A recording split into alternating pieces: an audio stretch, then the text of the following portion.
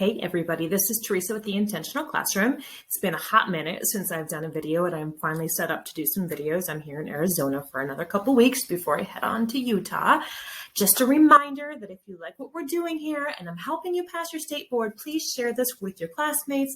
Please share this with your students. Subscribe to this because I'm here to help. I'm here to offer you resources. And yeah, with that, let's get going. Okay, so today we talk about the types of relaxers. I've done types of perms. I've done a lot on hair color. It seems like the chemical videos are the ones that you guys are really asking for. So I just kind of broke this one pretty quick. There's not a lot to talk about, but hey, sometimes that's better, right? A quick something. Okay, so this one is really about the different types of relaxers that you might come across both on your exam as well as in your actual salon. Okay, so understanding which relaxers do what is essential.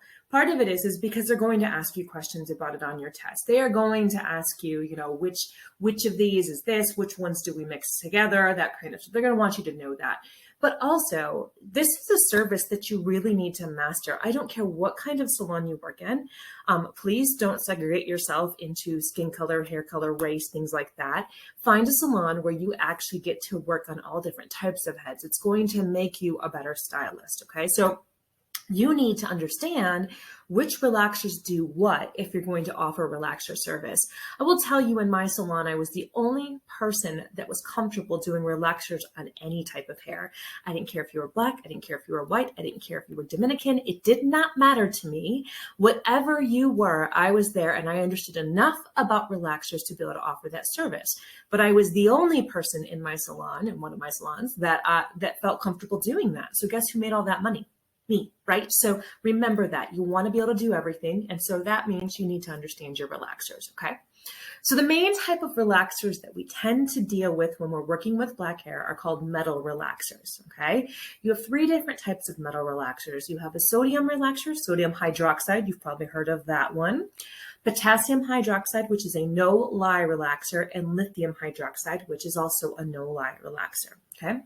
The main ingredient in all metal relaxers is a hydroxide ion, okay? That's where the hydroxide part comes from. Sodium hydroxide, potassium hydroxide, lithium hydroxide. These types of relaxers don't require any kind of mixing. They come in different strengths, but you literally just pile it out of the tub, put it in your bowl, and start applying it to the hair, okay? Some require the use of a base, some don't.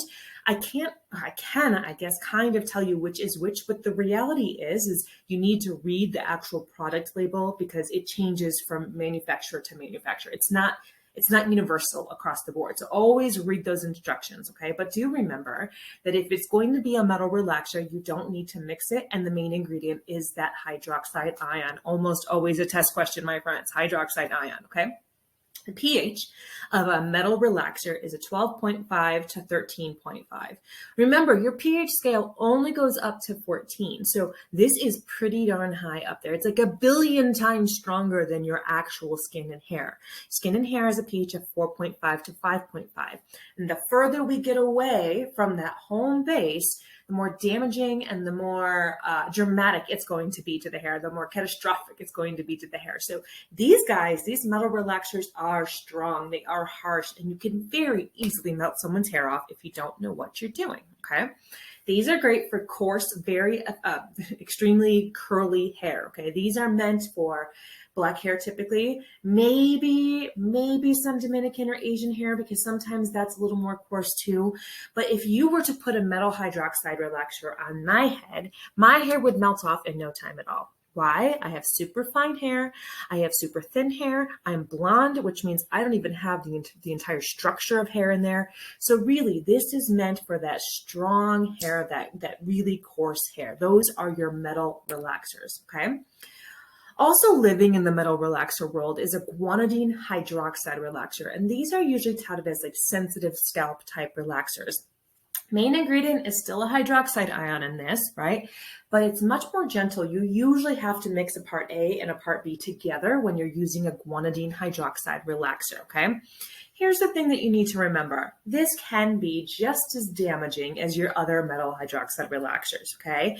Don't kind of get in that mindset, it's sensitive, so I'm not gonna hurt anybody. It's sensitive, so it's not gonna damage. It can still do the same amount of damage. It just kind of works a little bit slower, okay? So that's your guanidine hydroxide relaxers, 2 ingredients to mix. Usually we choose this for sensitive scalp, okay?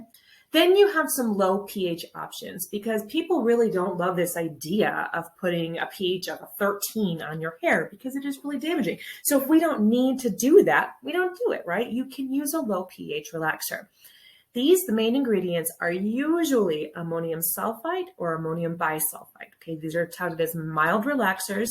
They don't typically completely straighten the hair. So I know I used a lot of design essentials in my career, and I think, oh my God, now I was going to tell you what the name of it was. They had a time release relaxer that was really kind of this. It moved very slowly. It really wasn't going to get the hair super straight, but I could kind of loosen up some of that curl, maybe do more of a curl diffusion with a low pH relaxer. Remember, a curl diffusion, this will be on your state board, is going to remove about 50% of the curl. It's not going to straighten the hair, and that's what a low pH relaxer can be used for. This is really the relaxer that you would choose if somebody had color on their hair or some damage or their hair was a little finer. Still really meant for black hair because they have, black hair is a lot stronger than my hair. It really is. Okay, there's a lot more strength. The cuticle's a lot tighter. So still, this is probably still even too much for my head. Okay, so just remember that. When I say that this should be used for color, I do not mean lightener, and I feel like I can't do a relaxer video without saying this 100 times, okay? You cannot mix lightener with relaxer. Why? When you use lightener in the hair, it's like a tornado that goes in and starts knocking out keratin proteins, okay? We never repair those proteins. When we do relaxer, it's basically an earthquake that then crumbles some of your foundation. So if your foundation already has holes in it, and then it has an earthquake, what's going to happen? It's going to fall off. So when I say a low pH relaxer is meant for hair with color that's been color treated, I really mean up to 20 volume, maybe permanent color, semi-permanent color, things like that, okay?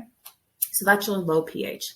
The next one is the ammonium thioglycolate relaxer. Now, this is the exact same ingredient as an actual curly-haired perm, okay? So the pH of an ammonium thioglycolate relaxer, which is sometimes called ATG relaxer, is a 9.6 to 10. So that's about the same as an alkaline perm, okay? This is really meant for Caucasian hair, maybe mixed hair, because sometimes mixed hair is still super soft, okay?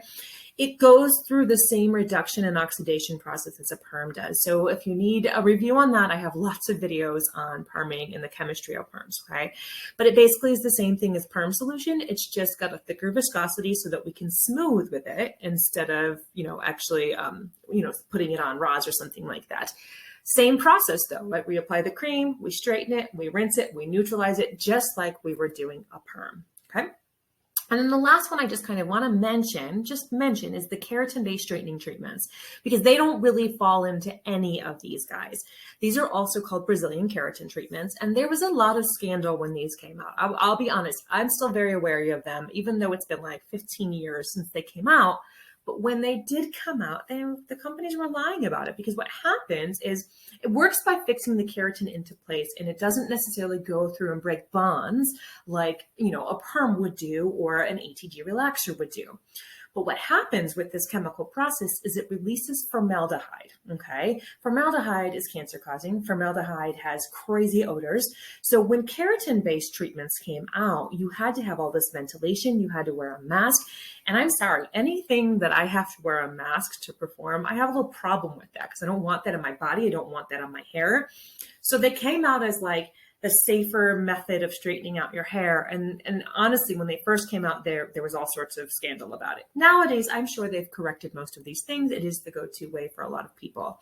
So that is your keratin-based straightening treatment. It is a little different than the others because it kind of functions in its own way, okay? So that's all I have. I told you there's not a lot with relaxers. Next week, I'm hoping to release a video on soft curl perm because I feel like it's another thing that is going to show up on your test. And if you're lucky, you have maybe performed one or two of these guys. But until then, just remember to subscribe. I am The Intentional Classroom. We are also Cosmetology Exam Review. We are getting dangerously close to releasing this product finally. And just kind of follow with everything we're doing. We're here to help you guys. We're here to help teachers that are training you, and we're here to help students that are learning. That's what I'm here for, is to make sure you guys have all of the resources you need. Okay, so until next week, have an amazing, amazing week. Go conquer something, do something amazing. Go get ready for that state board. Don't forget to study. Comment if you've got questions, and I'll do my best to answer it. And I hope to see you in a week or so. All right, have an awesome day, guys.